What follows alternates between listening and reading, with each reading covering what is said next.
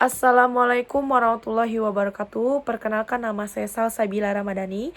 Saya dari Prodi Manajemen kelas MJ 218 dengan NIM 250201011316. Di sini saya akan menjelaskan tentang intoleransi dan ujaran kebencian di media sosial menjelang Pilkada 2024. Satu, untuk persoalannya yaitu polaritas politik atau hoax, dan juga ada hate speech naik. Untuk pertama, persoalannya adalah Badan Pengawas Pemilu atau Bawaslu Kota Sukabumi menemukan sebuah akun media sosial yang diduga mengandung unsur ujaran kebencian terkait dengan pilkada di tahun 2024. Ketua Bawaslu Sukabumi yaitu Yasti Yustia mengatakan dugaan ini berdasarkan hasil penelusuran di lapangan. Bawaslu Kota Sukabumi menemukan akun media sosial yang diduga telah memposting konten yang dengan indikasi dugaan pelanggaran. Kata Yasti dalam keterangan resmi yang disampaikan kepada awak media Kamis 10 bulan Oktober 2024. Yasti menambahkan konten yang terdapat dalam akun TikTok tersebut mengandung unsur ujaran kebencian. Ia menjelaskan tindakan tersebut dapat dikenakan sanksi berdasarkan pasal 28 ayat 2 Undang-Undang Informasi dan Transaksi Elektronik atau UU ITE. Untuk kedua, soalnya adalah Mavindo. Hasil pemantauan menunjukkan bahwa hoax paling banyak ditemukan di Facebook dengan skor 30,4%. Namun, platform berbasis video, terutama TikTok dan YouTube, menjadi saluran utama penyebaran hoax terkait pemilu. TikTok mencatat 26,7% dari total temuan hoax pemilu, diikuti oleh dengan YouTube 25,4%. Peralihan ini mencerminkan kekuatan konten video dalam memengaruhi opini publik dan menjadikannya fokus utama dalam strategi mitigasi disinformasi. Dengan populasi Gen Z yang semakin besar sebagai pemilih pemula dari Pilkada 2024. Pengaruh platform TikTok pada pemilihan muda menekankan perlunya strategi yang ditargetkan untuk mengedukasi dan meningkatkan literasi media di kalangan generasi ini. Sumbernya dari Mavindo, yaitu sumber tinggal cari adalah dari laporan data tahunan hoax Mavindo. Di situ banyak, yaitu dengan hoax meningkat pada pemilu 2024, awas merebak ke pilkada. Yang kedua, sumbernya yaitu dari kompas.com, yaitu bandung.kompas.com. Nah, disitulah saya ambil sumbernya, dari situ materi. Oke, untuk nilai-nilainya yang terkait dengan Pancasila yaitu dengan sila ke-1. Sila ke-1 ini berkaitan dengan ketuhanan yang Maha Esa. Nilainya harusnya kalau ketuhanan yang Maha Esa ini kita harus bisa toleransi, kebebasan beragama, saling hormat antar umat. Tetapi kenyataannya pelanggarannya, ujaran kebencian ini sering dibawa-bawa ayat kafir, munafik buat nyerang lawan politik. Agama dipakai jadi senjata politik, bukan untuk menjadi pemersatu. Kalimat kuncinya saat Tuhan dijadikan jargon kampanye plus hajat hujat, sila 1 dilukai dari dalam. Untuk yang kedua, silanya itu termasuk ke sila ketiga, Persatuan Indonesia. Nilainya Bhinneka Tunggal Ika, mengutamakan kepentingan bangsa di atas golongan. Pelanggarannya, algoritma medsos bikin jadi echo chamber. Ya, kita cuma lihat postingan satu kubu. Nah, kubu lain kita jadi benci. NKI harga mati cuma jadi caption kelakuannya tapi pecah belah.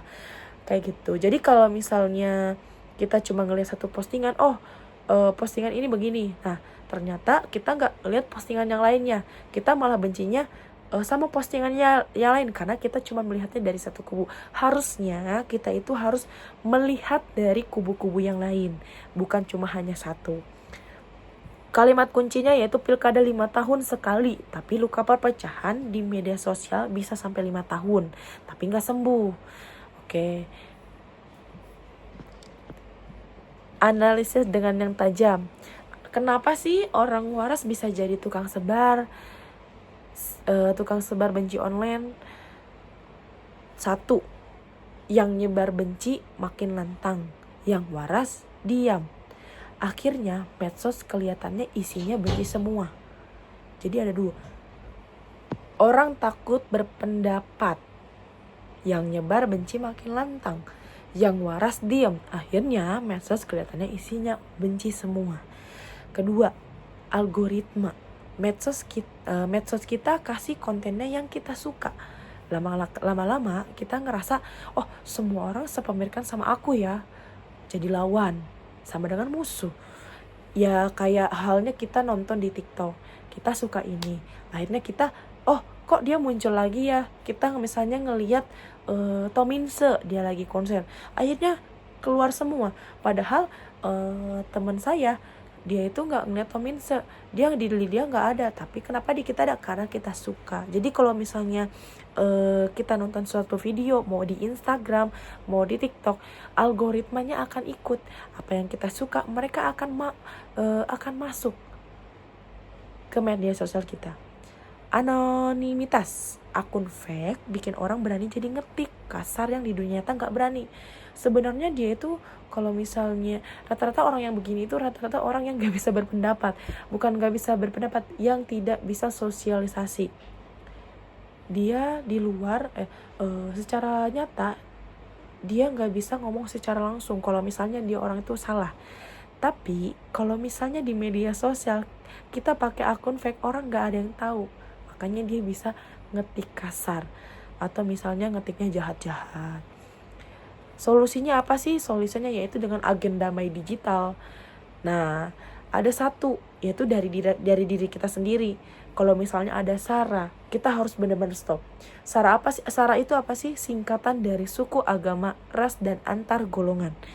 Ini merujuk pada identitas seseorang atau kelompok yang terkait dengan latar belakang budaya, agama, ras, dan kelompok digital.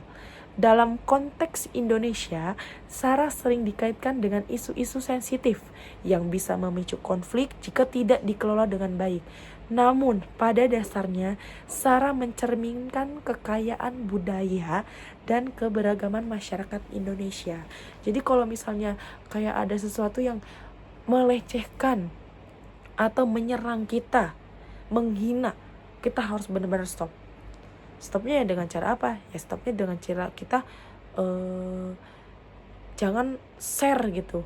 Misalnya kayak, oh ini merasa ini hina, merasa ini dia melecehkan, atau misalnya ini tidak baik, dia merasa ini ujaran kebencian. Kita jangan share ke teman kita jangan share posting ulang lagi. Nanti dia akan jadi naik algoritmanya juga. Oke. Kategori SARA itu termasuk tuh ada banyak, atau tindakan SARA dengan seksual dengan individu atau sekelompok orang yang bersifat menyerang atau melecehkan dan menghina. Dan juga ada tindakan SARA yang dilakukan oleh institusi termasuk pemerintah, swasta, atau membuat peraturan diskriminatif. Kategori kultural, penyebaran ide-ide kediskriminatif yang bisa memicu konflik. Pentingnya untuk memahami menghormati perbedaan SARA untuk menjaga harmoni dan toleransi dalam masyarakat. Kedua, level kampus atau level pekerja. Misalnya bentuk komunitas moderasi damai. Tugasnya banjiri komentar positif, laporin akun hate speech massal ke Meta atau TikTok. Bikin konten edukasi 30 detik. Misalnya kayak ada konten yang misalnya dia termasuknya dia ujaran kebencian nih. Kalau ada misalnya ujaran kebencian kayak gini, kita bisa laporkan langsung ke Metanya. Nanti bisa ditindak oleh dengan Meta sendiri, atau misalnya dengan TikTok, misalnya dengan Instagram. Kita harus bisa laporin, oh tindakan ini tidak boleh nih. Nah, kita bisa laporin untuk ke Meta. Ya kayak halnya kayak kemarin ada demo yang besar-besaran dengan mengakibatkan melukai seseorang atau mencelakakan seorang. Terjadinya konflik pada saat demo di tahun 2026 atau 2025 yang di Jakarta. Itu banyak ada beberapa mahasiswa terlukai gara-gara demo tersebut.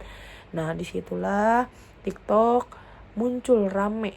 Yang tadinya kita sebenarnya kan kayak saya jualan di TikTok. Saya jualan di TikTok, pas ada dampak demo, yang naik itu konten-konten yang demo tersebut. Nah, sebagai saya penjual di TikTok, trafficnya untuk orang masuk harusnya berbelanja, orang malah mencari demo.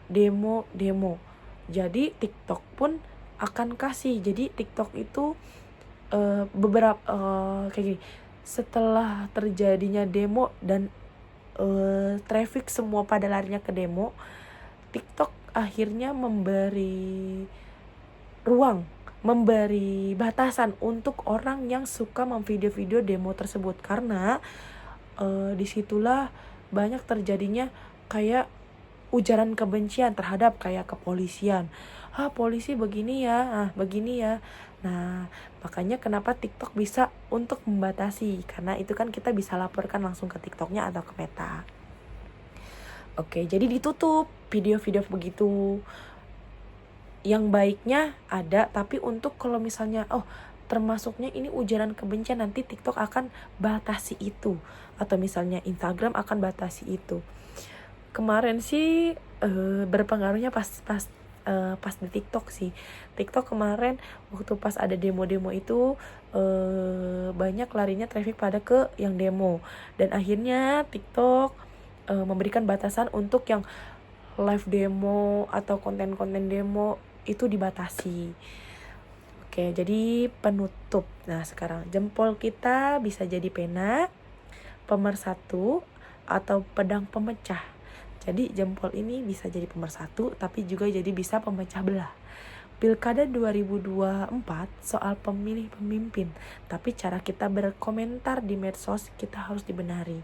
Jadi kalau misalnya ada sara, ya ada ujaran kebencian, kita harus benar-benar stop.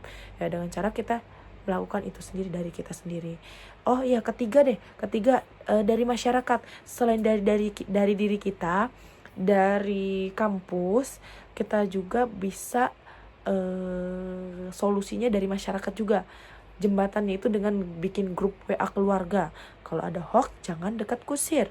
Kirim link klarifikasi plus meme lucu biar gak defensif. Oke, terima kasih. Presentasi yang telah saya. Terima kasih. Mohon maaf bila ada kurangnya. Assalamualaikum warahmatullahi wabarakatuh.